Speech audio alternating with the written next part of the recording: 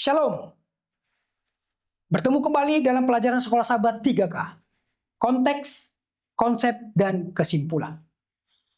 Pelajaran Sekolah Sahabat kita pekan ini berjudul Semak yang Terbakar.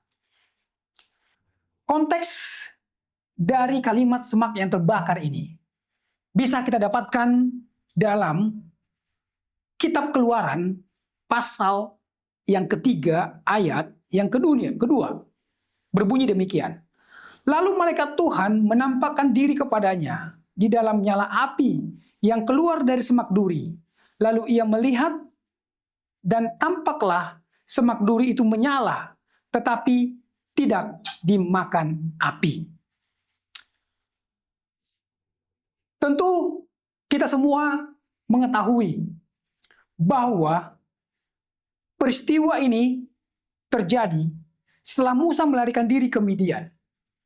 Ia memiliki kehidupan yang relatif mudah. Dia menikah, memiliki 2 anak yang bernama Gerson dan Eliezer. Dan dia menjadi bagian dari keluarga Yitro, mertuanya, yang juga imam di Midian. Artinya, setelah pelarian dirinya, ya, sama seperti pelajaran Sekolah Sahabat pekan lalu yang kita pelajari, bahwa dia melarikan diri oleh karena dia telah membunuh orang Mesir. Tetapi setelah dia melarikan diri selama 40 tahun, dia mendapatkan kehidupan yang tenang bersama dengan Allah di Midian. Di tengah-tengah kehidupannya yang tenang ini, kalau kita membaca di dalam ayat inti, dalam Keluaran 3 ayat 7 dan 8, Allah kembali memanggil Musa. Di dalam Keluaran 3 ayat 7 dan 8 dikatakan, dan Tuhan berfirman, aku telah memperhatikan dengan sungguh-sungguh kesengsaraan umatku di tanah Mesir, dan aku telah mendengarkan seruan mereka yang disebabkan oleh pengerah-pengerah mereka. Ya, aku mengetahui penderitaan mereka. Sebab itu aku telah turun untuk melepaskan mereka dari tangan orang Mesir dan menuntun mereka keluar dari negeri itu ke satu negeri yang baik dan luas, suatu negeri yang berlimpah-limpah susu dan madunya. Ayat ini mengatakan bahwa Allah memanggil Musa oleh karena umat-umatnya menderita di Mesir. Teriakan minta tolong dari umat-umatnya kepada Tuhan didengarkan oleh Tuhan. Allah rindu membebaskan umatnya dari perbudakan, dari penderitaan yang mereka alami di Mesir. Dan Allah memanggil Musa untuk melaksanakan tugas ini. Yang walaupun kalau kita lihat bahwa Musa pada saat itu sudah berada dalam zona nyaman oleh karena dia bersama dengan keluarganya menikmati persekutuan yang indah bersama dengan Yesus di Midian. Bahkan selama 40 tahun ini, dia bukan hanya menikmati kehidupan yang tenang bersama dengan keluarganya, dia juga melihat bagaimana kasih Allah kepadanya ketika dia menggembalakan domba-dombanya. Kehidupan sebagai gembala menunjukkan betapa dia mengasihi domba gembalaannya. Mengingatkan dia bahwa Allah sangat mengasihinya. Bahkan pada masa ini jugalah Musa menulis kitab Kejadian dan kitab Ayub. Artinya pada saat itu dia telah menikmati kebersamaan bersama dengan keluarganya, bersama dengan Tuhan dalam kehidupan yang tenang di Midian. Tapi pada saat itu Allah memanggilnya untuk sebuah tugas yang mulia oleh karena umat-umatnya sedang berteriak minta tolong. Pada saat umat-umatnya menderita di Mesir, bahkan tekanan-tekanan yang dihadapi oleh umat-umatnya membuat umat-umatnya berseru kepada Tuhan minta tolong. Dan Allah yang Maha Pengasih lagi Penyayang ini mendengarkan seruan minta tolong mereka. Lalu dia bertemu dengan Musa. Dia bertemu dengan Musa melalui api di semak belukar. Ketika Musa melihat semak belukar yang terbakar ini, dia melihat ada api tetapi semaknya tidak terbakar. Dia tahu bahwa ini adalah sebuah peristiwa mukjizat. Bagaimana mungkin ada nyala api di semak, tetapi semaknya tidak terbakar. Dan pada saat itu, dia menyadari bahwa Allah sedang hadir. Itu makanya ketika dia memeriksa Allah berbicara kepadanya, Musa, tanggalkan kasutmu. Allah memberitahu bahwa dialah yang dilihat oleh Musa. Dan Allah mempunyai tugas yang luar biasa kepada Musa untuk membebaskan umatnya. Karena pada saat itu, umatnya sedang membutuhkan pertolongan. Pemirsa dimanapun Anda berada, ketika Allah bertemu dengan Musa, dalam Keluaran 3 ayat 2 dikatakan, malaikat Tuhan menampakkan diri kepada Musa dalam nyala api dari semak duri. Tuhan Yesus sendiri yang berbicara kepada Musa pada saat itu. Walaupun pada waktu itu dikatakan bahwa malaikat Tuhan. Karena memang dalam bahasa Ibrani, kata malaikat berasal dari kata malak yang artinya utusan. Artinya bahwa Allah mengutus anaknya Yesus Kristus berbicara kepada Musa pada saat itu. Yesus adalah utusan Tuhan untuk menyampaikan firman Bapa kepada Musa untuk membebaskan bangsa Israel. Oleh karena penderitaan Mesir pada saat itu begitu luar biasa. Penderitaan umat Allah di Mesir pada saat itu begitu luar biasa. Dan Allah begitu mengasihi umatnya, maka dia berkata kepada Musa bahwa Musa harus membawa umatnya keluar dari Mesir. Betapa besarnya tugas ini. Karena kita tahu bahwa sebelumnya Musa mengalami pengalaman pahit. Ketika dia membunuh orang Mesir, dia harus melarikan diri. Bahkan umat yang dia bela bukan membela dia, justru menyalahkannya. Itu makanya dia melarikan diri ke Midian pada saat itu. Dan sekarang setelah 40 tahun Allah memanggil Musa untuk membebaskan umatnya dari Mesir. Tentu ini merupakan hal yang sulit bagi Musa. Kalau kita berada di tempat Musa, boleh saja mungkin ini adalah hal yang sulit karena kita pernah memiliki pengalaman pahit sebelumnya. Dan sekarang Allah memanggil Musa. Konsep yang dapat kita miliki pada saat ini adalah ketika Allah memanggil kita, boleh saja dia memanggil kita dalam setiap keadaan. Sama seperti Musa. Walaupun mungkin ketika berada di Midian, Musa menikmati kehidupan yang indah bersama dengan keluarga. Bahkan saya mau katakan bahwa Musa juga memiliki pengalaman yang indah bersama dengan Tuhan.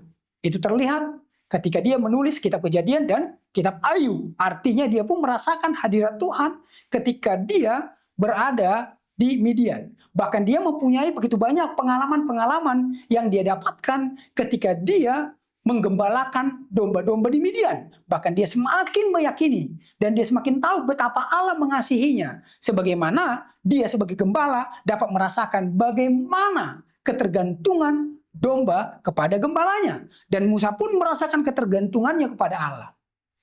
Tetapi pada saat itu Allah muncul di hadapan Musa di tengah-tengah masa tenangnya ketika dia telah mengalami begitu banyak perubahan. Allah katakan, engkau harus pergi membawa umatku keluar dari Mesir. Tentu seperti yang saya katakan tadi, ini merupakan tantangan buat Musa. Tetapi hal yang luar biasa adalah Allah kita adalah Allah yang selalu bersama-sama dengan kita. Ketika dia memanggil kita, maka kita tidak perlu khawatir. Kita tidak perlu takut karena dia adalah Allah yang maha kuasa. Ketika Allah memanggil Musa, ada 4 alasan yang dilakukan oleh Musa untuk menolak panggilan Allah. Tetapi keempat-empat alasan itu pun dapat dijawab oleh Allah dengan jaminan yang luar biasa. Alasan pertama, ketika Allah memanggil Musa, Musa kemudian berkata kepada Tuhan, kalau nanti, siapakah aku ini katanya? Siapakah aku ini? Bahkan bukan cuman kata-kata siapa aku ini menunjukkan bahwa Musa mau kasih tahu sama Tuhan. Tuhan, aku ini adalah Musa yang pernah mereka tolak. Aku tidak diterima oleh mereka. Siapa aku ini? Tidak mungkin aku bisa membebaskan mereka dari Mesir. Bahkan dia adalah buronan, ya, yang dikejar-kejar oleh orang Mesir. Mustahil saya bisa membebaskan bangsa Israel dari Mesir.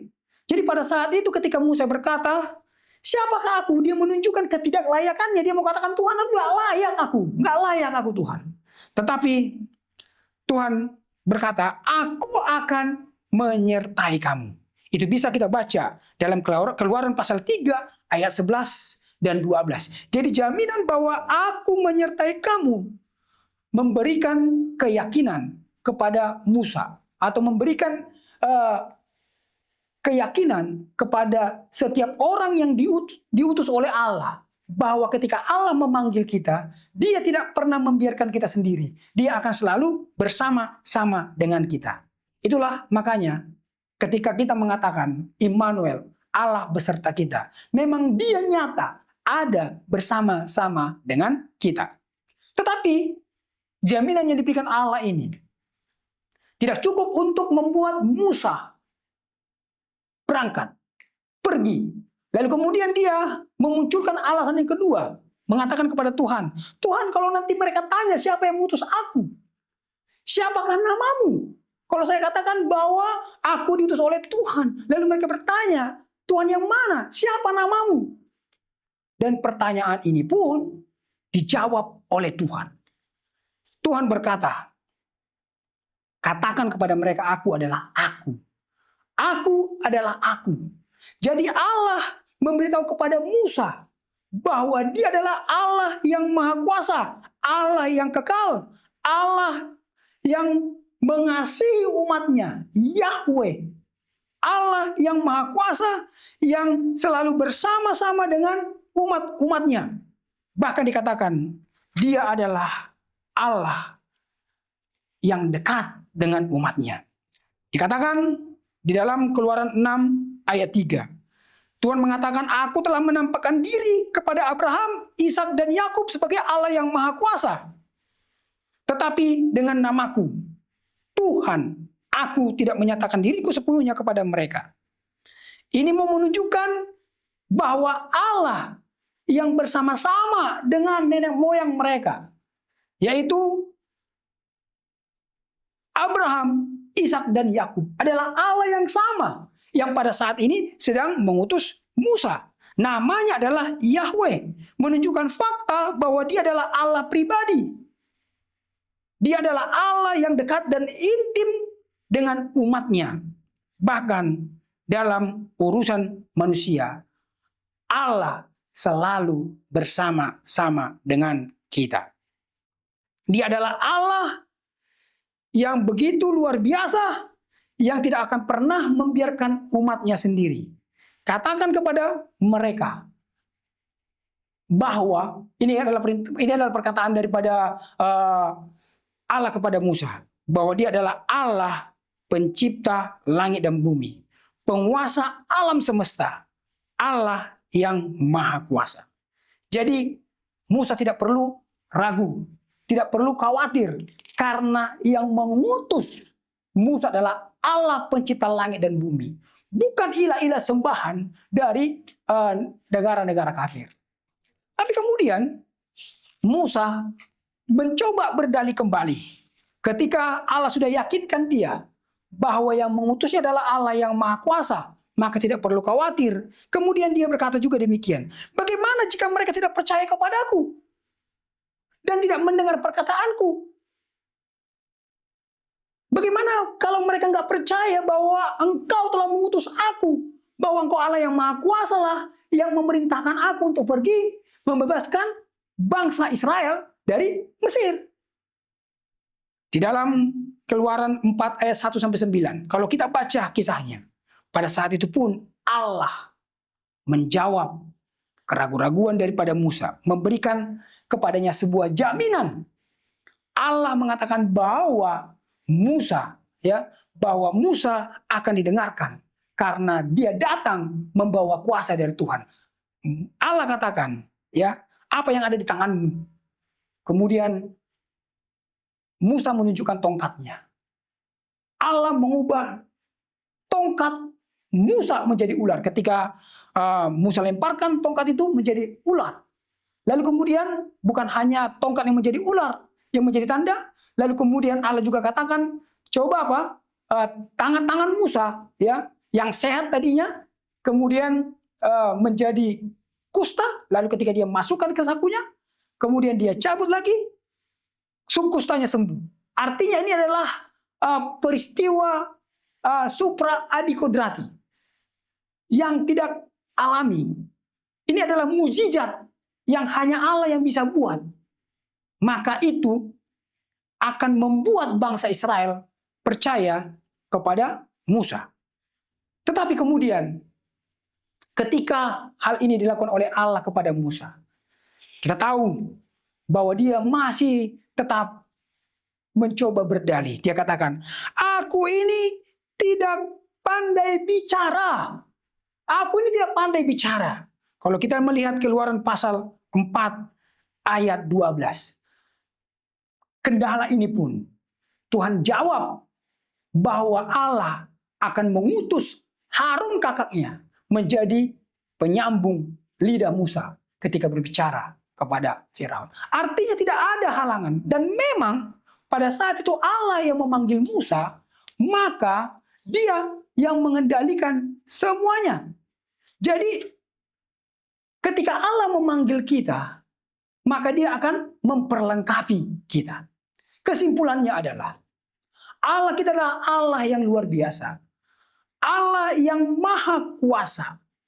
Ketika dia memanggil kita di tengah-tengah kelemahan dan keterbatasan kita, walaupun dia adalah Allah yang maha kuasa, dia akan datang kepada kita dalam bentuk yang bisa kita terima. Sama seperti ketika dia datang kepada Musa dalam nyala api di semak belukar. Allah bisa berbicara kepada kita dengan cara apa saja, sehingga kita mengerti bahwa dia adalah Allah yang maha kuasa, pencipta langit dan bumi. Dan ketika dia memanggil kita, maka dia jugalah yang memperlengkapi kita. Sama seperti Musa.